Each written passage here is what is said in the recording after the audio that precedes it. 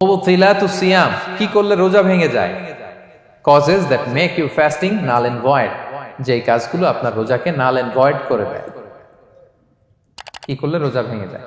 তো এটা বোঝার আগে আমরা যদি রোজার সংজ্ঞাটা বুঝি, রোজা কাকে বলে, সিয়াম কাকে বলে, আপনারা নিজেই বলতে পারবেন কি করলে রোজা ভাঙে।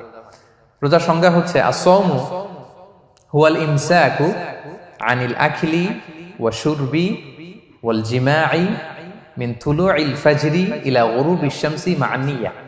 মানে রোজা হচ্ছে বিরত থাকার নাম। কি থেকে? খাওয়া থেকে, পান করা থেকে, ফিজিক্যাল ইন্টিমেসি থেকে স্ত্রীর সাথে, সকাল থেকে শুরু করে, ফজর থেকে শুরু করে ইলা গুরুবিশ শামস মানে সানসেট পর্যন্ত, সূর্যাস্ত পর্যন্ত, মা নিয়া, নিয়তের সাথে। ক্লিয়ার হয়ে গেছে না?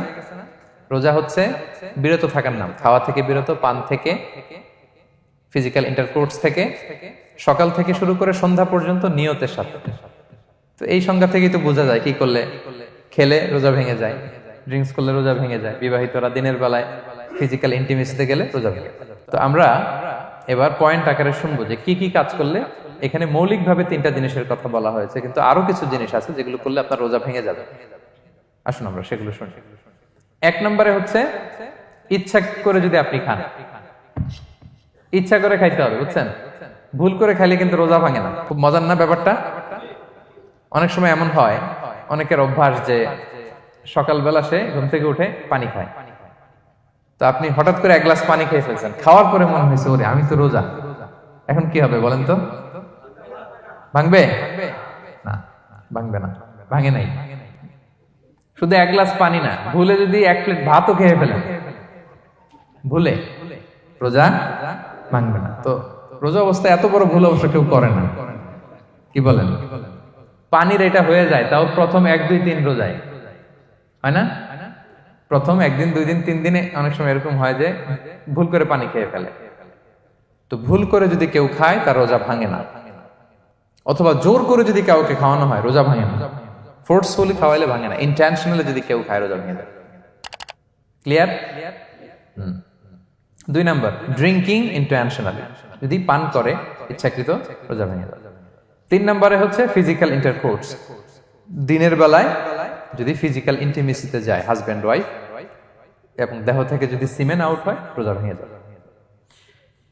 তবে ইচ্ছাকৃত যদি আপনি রোজা ভাঙেন, এটা বড্ড ভয়ঙ্কর প্রিয় ভাইরা। এটা খেয়াল করে মনে রাখবেন যে ইচ্ছা করে রোজা ভাঙার চেয়ে বড় স্পর্ধা আর হতে পারে না। কারণ এই রোজা রাখাটা কি রমাদানে ফরজ। আপনি যদি ফরজ ইচ্ছা করে ভাঙেন তাহলে শুধু কাজা করলে হবে না, কাফারা দিতে হবে। কে দিতে হবে? তাহলে আমরা জানছি কাজা, আমরা জেনেছি ফিদিয়া, এবার নতুন একটা টার্ম শুনলাম, এটা কি? কাফারা। ইচ্ছা করে রোজা ভাঙলে কাফারা দিতে হবে। এন্ড হোয়াট ইজ কাফারা? কাফারা হচ্ছে টানা 2 মাস রোজা রাখা একটার জন্য। পারবেন? রমজানেরটা রাখতে তো খবর হয়ে যায়, কি বলেন? ইচ্ছা করে যদি কেউ রোজা ভাঙে তার কাজা কাফারা 2টাই লাগবে।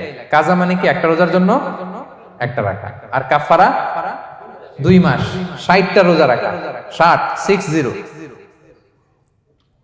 খবর আছে।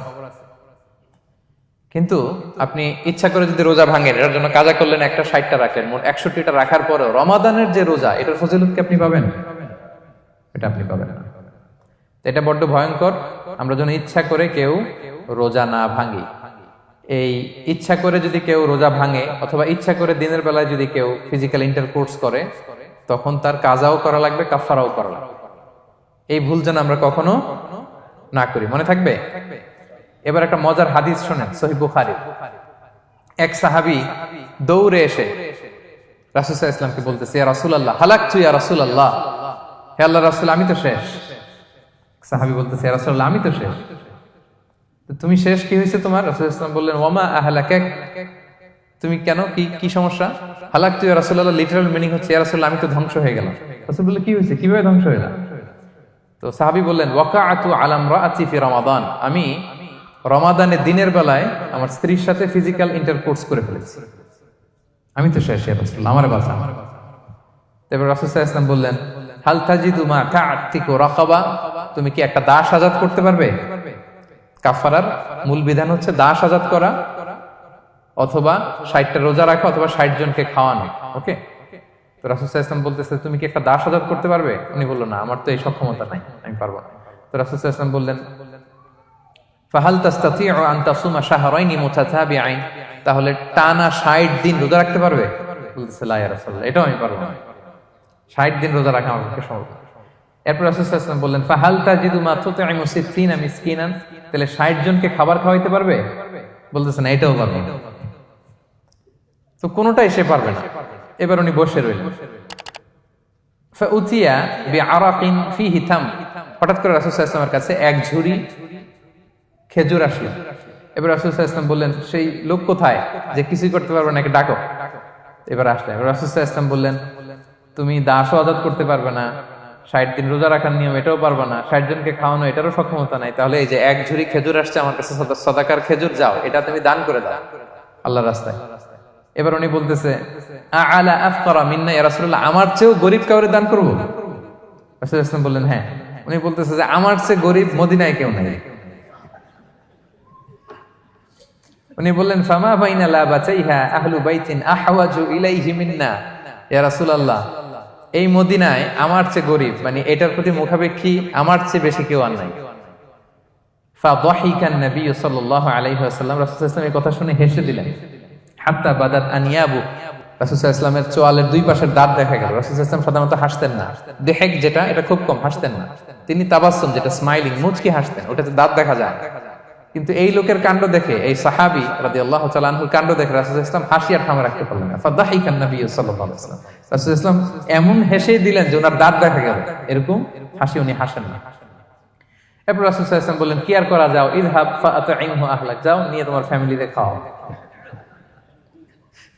করছো তুমি বড় ভুল, এখানে কাফারা দিতে হবে, 60টা রোজা রাখা, দাস মুক্তি, 60 জনকে খাওয়ানো, কিছুই পারবা না।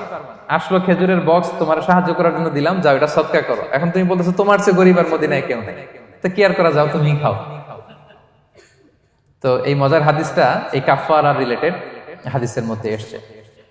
তো যদি আপনি ভুল করে, আপনি যদি ইন্টেনশনালি ইচ্ছা করে যদি রোজা ভেঙে ফেলেন, প্রিয় ভাইরা, এটা কিন্তু বড্ড ভয়ঙ্কর। এটার জন্য আপনার কাফারা দিতে হবে, 60টা রোজা রাখতে হবে। এটা যদি না পারেন, 60 জনকে খাওয়াতে হবে। কোনোটাই তো সহজ না, কি বলেন? অনেক ব্যয় সাপেক্ষ। গেল 3টা গেল। আর কি করলে রোজা ভেঙে যায়? ইচ্ছা করে যদি বমি করে রোজা ভেঙে যাবে, তবে অনিচ্ছা সত্ত্বে বমি আসলে রোজা ভাঙে। ক্লিয়ার? রাসূল সাল্লাল্লাহু আলাইহি ওয়াসাল্লাম বলেছেন, মান দারাআহুল কাইউ আই গালাবাহু ফালাইসা আলাইহি কাদা, কেউ যদি অনিচ্ছাকৃত বমি আসে কাজা করা লাগবে না। ওমান ইস্তাকা, কেউ যদি ইচ্ছা করে বমি করে, আমদান ফালিয়াকদি, সেজন্য এই রোজাটা কাজা করে। আচ্ছা, 5 নাম্বার হচ্ছে আল ইস্তিমনা, মানে মাস্টারবেশন, হস্তমৈথুনের মাধ্যমে কেউ যদি সিমেন আউট করে, তাহলে তার রোজা ভেঙে যাবে, এবং এটার জন্য কাজা কাফারা দুইটাই লাগবে।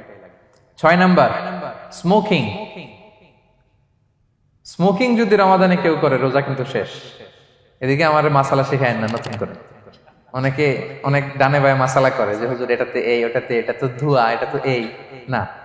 স্মোকিং করলে আপনার রোজা ভেঙে যাবে, কারণ এটার মধ্যে এমন পার্টিকেল থাকে যেটা আপনার ভিতরে চলে যায়, সো আপনার রোজা ভেঙে যাবে। খবরদার স্মোকিং করবেন না। 7 নাম্বারে আপনি যদি নাকে ড্রপ দেন, রোজা রাখা অবস্থায় নাকে ড্রপ দেওয়া যাবে না। হ্যাঁ, নাক হচ্ছে gateway to reach in the stomach, এটা স্টোমাকে পৌঁছার একটা গেটওয়ে।